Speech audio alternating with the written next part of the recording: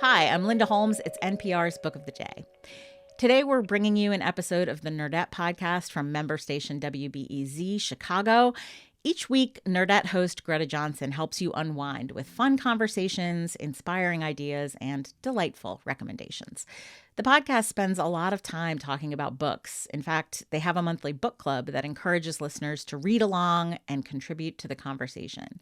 Their pick for February is How Far the Light Reaches by Sabrina Imbler. Earlier this month, Greta spoke with Sabrina. Here's their conversation.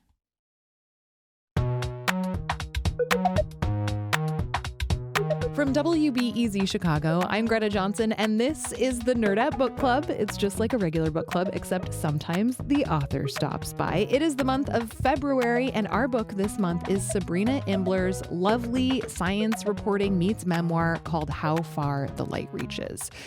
Each chapter is a reflection on a sea creature, whales or goldfish or cuttlefish, for example. But Sabrina looks at each ocean animal as a symbol of their own life experience.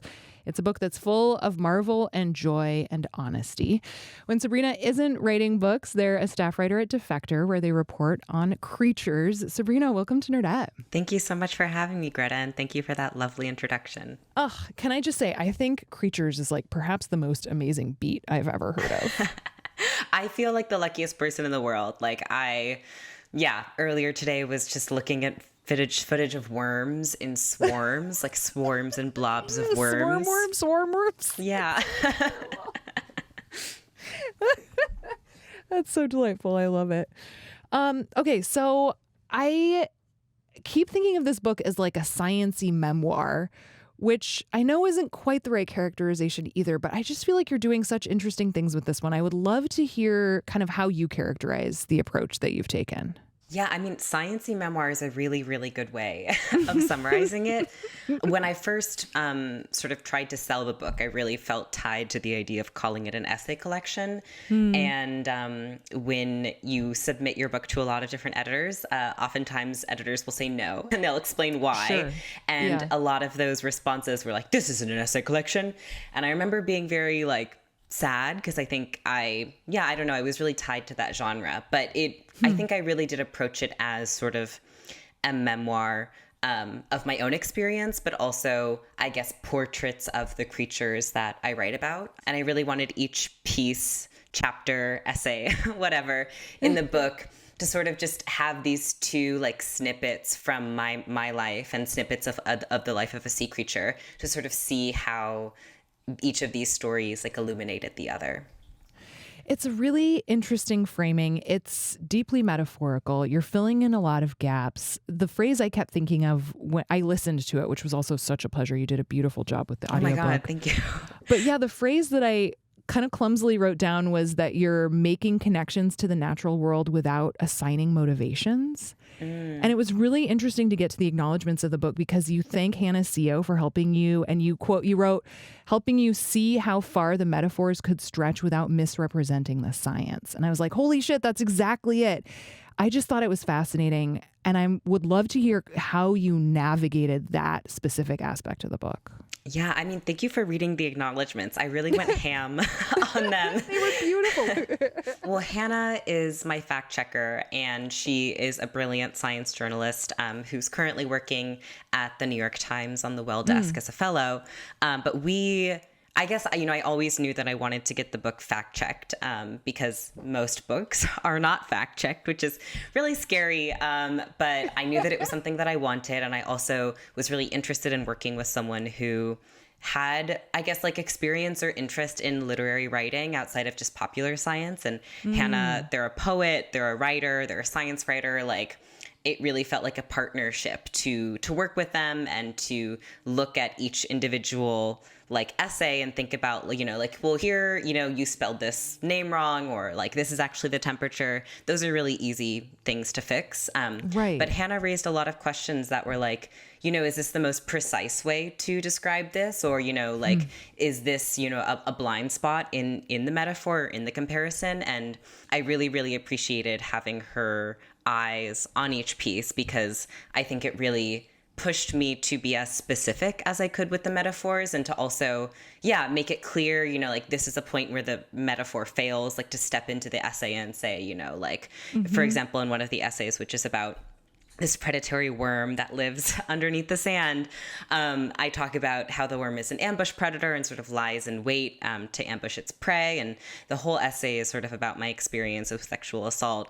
And I wanted to be clear that I was not, vilifying this worm as a predator. It's not bad to be a predator. Like, this worm has no like moral code or a brain of like in the sense that we do. And so, I wanted to be really specific about the points where the metaphor did fail or did fall short. And then in the rest, just sort of let these two narratives exist side by side so that I wasn't, drawing too like overt connections between them. Yeah. I have to say, I think that was probably my favorite essay in the book because I thought you just did such a beautiful job. I think partly like, I think sexual assault is something a lot of us have found ourselves thinking a lot about, especially over the last several years or throughout the course of our lives. And I think that idea of humans kind of loving a predator narrative was just something that I had never really thought of in that framing before. Yeah. Do you watch a lot of nature documentaries? I don't. Maybe that's why. I think they are changing and sort of expanding their framework in more recent years. But I just remember, in science class, like in high school or something, just watching these videos of like, the Arctic fox killing the hare or the orca killing the seal. And I was, sort of like struck by the wonder and like the prowess of these creatures, but also sad that, the seal was never really the focus of the documentary. Yeah. And it never really got that hero's journey. Yeah, no, you're totally right. I think that's a really good example too in this book that, you are not shying away from intense topics. You share some really deeply personal stories about yourself. It's a really interesting combination though, because I also, having read this book, do not know where you went to college. Like, I just thought it was a really interesting combination of sort of like what you are and aren't sharing and how you're deciding what to write about and what not to write about. I pitched this book when I was like 25, I think. And like when I was in college, I, read a lot of like the essays on Exojane or Jezebel or like lots of sites where I feel like confessional essays were very in. It felt like a very obvious route, like as a writer from a marginalized background or two, like to sort of write about your trauma, publish it on the internet. And like, that was how you would get attention. Yeah. It seems like that can be inherently traumatic too, right? Yeah. And like, it can definitely exploit like early career writers too, sort of like mining their trauma or, the worst experience of their life to like make a name for themselves. But I guess that was the mindset that I had when I was pitching the book. And sort of how I ended up categorizing the essays, because each really focuses on like a different part of my life. But as I was writing it, I think I became, my book, it was like, I sold it October 2019.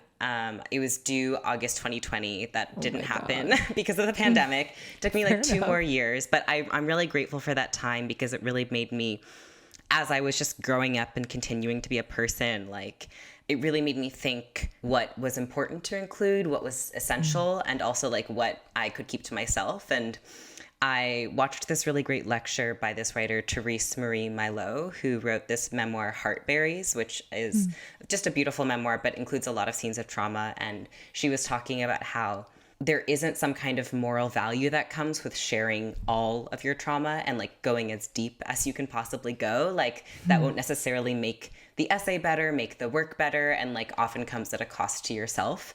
And I think I was coming to that after I had sketched out a lot of the earlier essays in the book, which do deal a lot more with trauma and pain. And like I had already sort of had these drafts. And so I was, reworking them and cutting out scenes, that most of the details that I cut were about other people. When I was thinking like, do I have the right to tell this person's story? Like, would they want to be included in this? And, the essays where I do write about other people, like there's an essay about my mother. I had a long conversation with her about it. Like we hashed it out, but I ultimately wanted to, I don't know, I guess err on the side of just sharing parts of myself that I mean, I really don't mind having them out there, like my deepest insecurities or like some of my like scenes of learning of being a child. But then when I was working on the second half of the book, I think I really tried to pivot out of like, let me find another traumatic experience, or rather like, let me look towards joy and let me like think about, like the life I want to aspire to. Yeah, I loved how much you turned to joy. I mean, I think especially that chapter We Swarm, which is about a beach in New York called Jacob Riis Beach, which is a queer beach. There's a beautiful line in that section. You call graffiti at the beach, it's graffiti that says queer trans power, and you call it a reminder of the urgency of our softness, which just made my heart melt in the best possible way. Oh, thank you. I mean, that essay, it's one of my favorites in the book, but it also has taken on this bittersweet tone, I guess, because I'm, writing about this queer beach in New York that has these like large structures that have been abandoned for many years behind them. And they used to be hospitals and sanatoriums for children with tuberculosis, and have just been abandoned for a long time, covered in graffiti, kind of derelict. But in the essay, I talk about how the buildings are going to be there forever, like after I stopped going to Riis. And this year, or last year, the city announced that they were actually going to demolish the buildings. And there's been like a lot of activism in the community around like preserving the buildings or instituting some kind of monument. And it seems very unclear what will happen. But I was very glad to sort of memorialize it as it was there in the book. After the break, we are going to talk about sea slugs, octopuses, and moths. I think that I have a bias against like very charismatic creatures.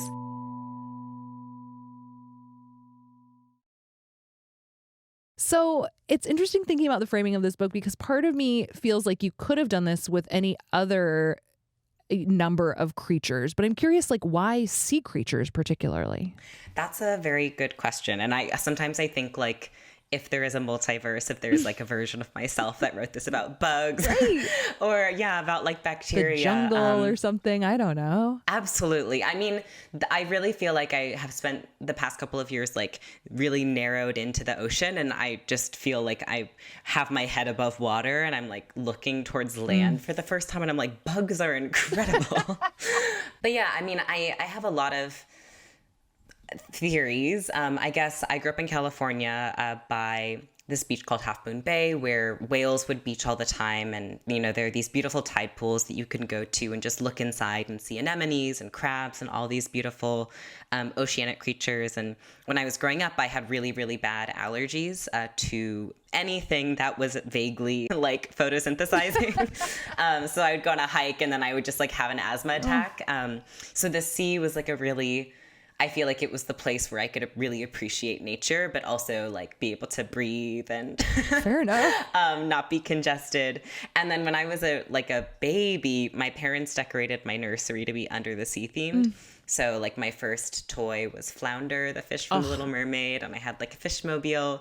So I really think that like there are lots of things colluding, but I do know that it was never a question for me like where to set the book, because I really thought about this book as a way to write about the ocean, and I found that my route in was using myself and my own stories.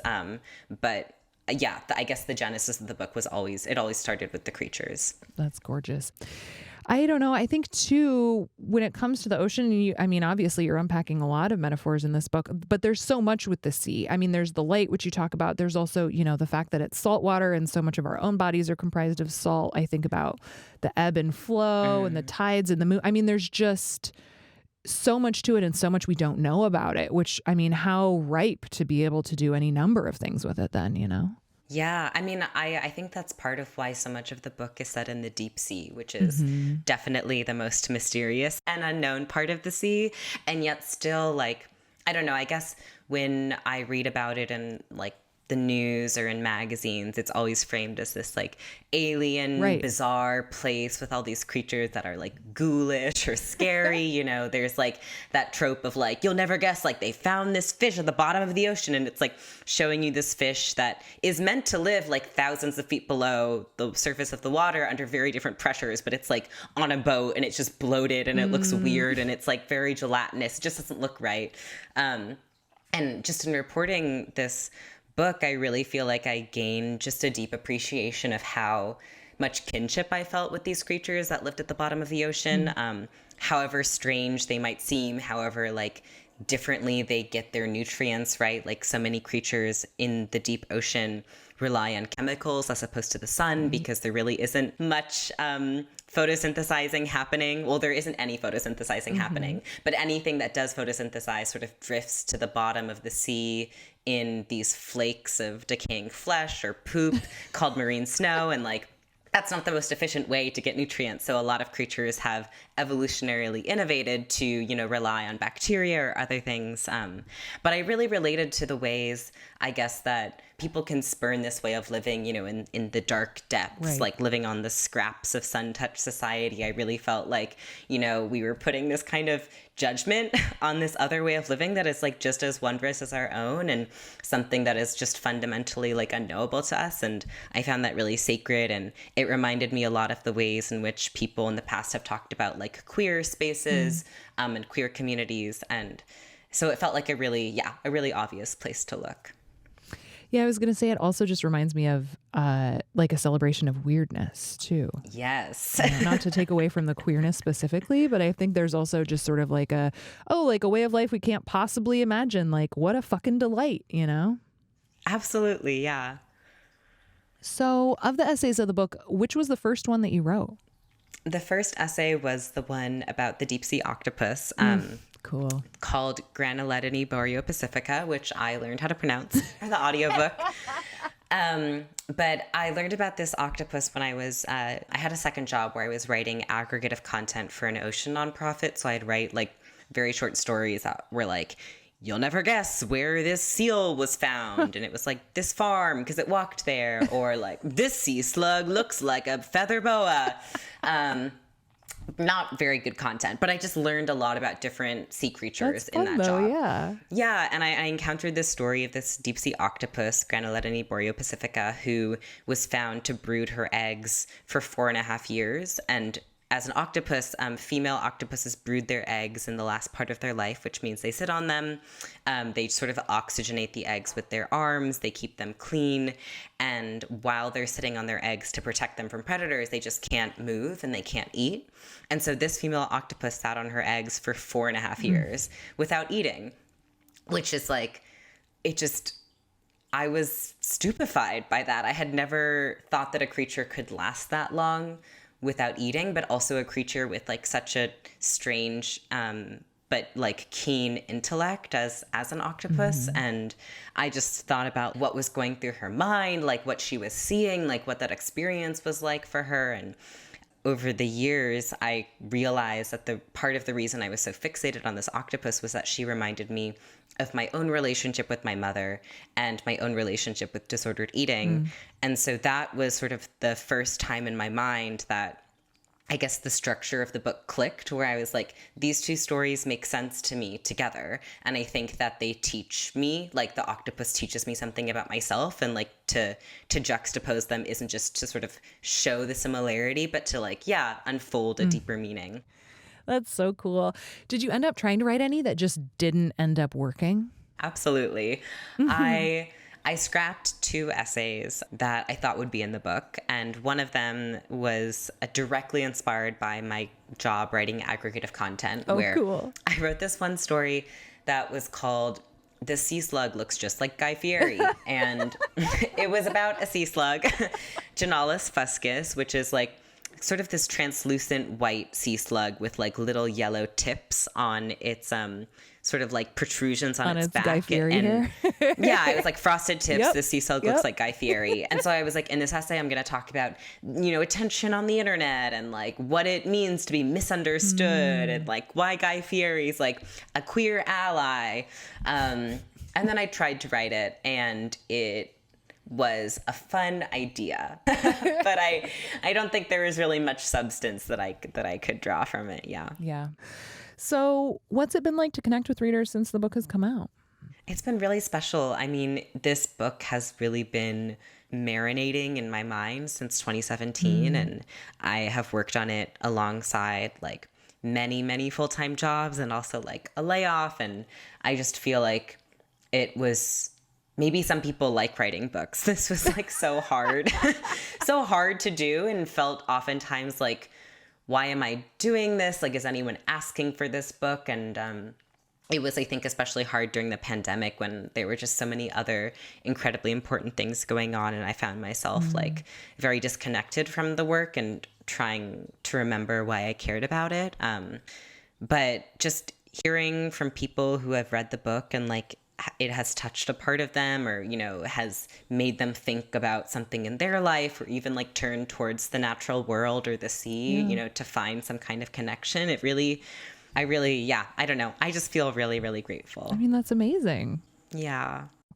I would love to know if there's a creature that you're especially resonating with these days. I have been really thinking a lot about moths. A couple of years ago, I was at a writing residency in upstate New York, and I met a Luna moth, and I had never encountered like such a beautiful bug. I think that I have a bias against like very charismatic creatures. And so like butterflies have never really tempted me, but this moth was so beautiful and also fuzzy. Like, I think I was like, oh my God, bugs can be fuzzy too. And I read a lot about moths, and I learned that Luna moths are born without a mouth. So they just spend like this final part of their life just like living on what they ate as a caterpillar, and like their whole purpose is to find a mate. And I found that so, I don't know, sad but beautiful and like strange, and like we've been talking about, just like weird and unknowable. And I watched the moth die. Wow. Which was also like really, I don't know, it was really strange and meaningful. Like, I was with another writer, and we just were like seeing the moth in its final stages, and I thought how precious it was to have this experience with that moth. Yeah. So anyway, since then I've been like on a big moth kick, trying to see moths. I saw some amazing hawk moths in Joshua Tree, which are moths that almost look like hummingbirds. Like, they're so chunky. Wow. And they have this long sort of spigot where they like suck in nectar. Huh. So yeah, I've been thinking about moths. That's really cool. I love that. Well, Sabrina, thank you so much for talking with me and for writing such a gorgeous book. Thank you so much for having me on.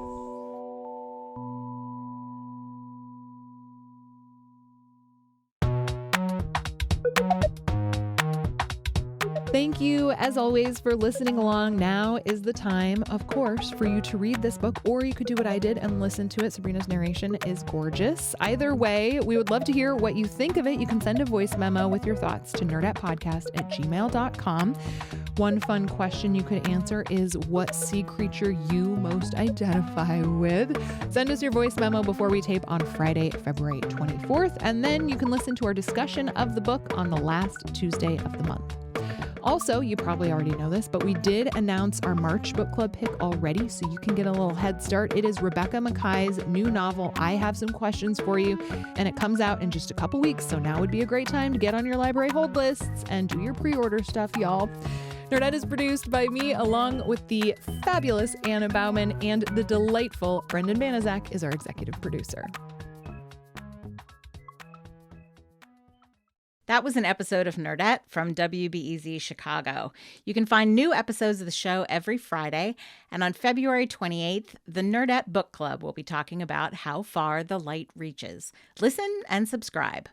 That's it for this week on NPR's Book of the Day. If you want more, you can sign up for our newsletter at npr.org/newsletter/books. I'm Linda Holmes. The podcast is produced by Isabella Gomez Sarmiento and edited by Megan Sullivan. Our founding editor is Petra Mayer. The show elements this week were produced and edited by Andrew Craig, Ed McNulty, Emiko Tamagawa, Fernando Naro Roman, Melissa Gray, Samantha Balaban, Anna Bauman, and Brendan Banaszak. Beth Donovan is our managing editor. Thanks for listening.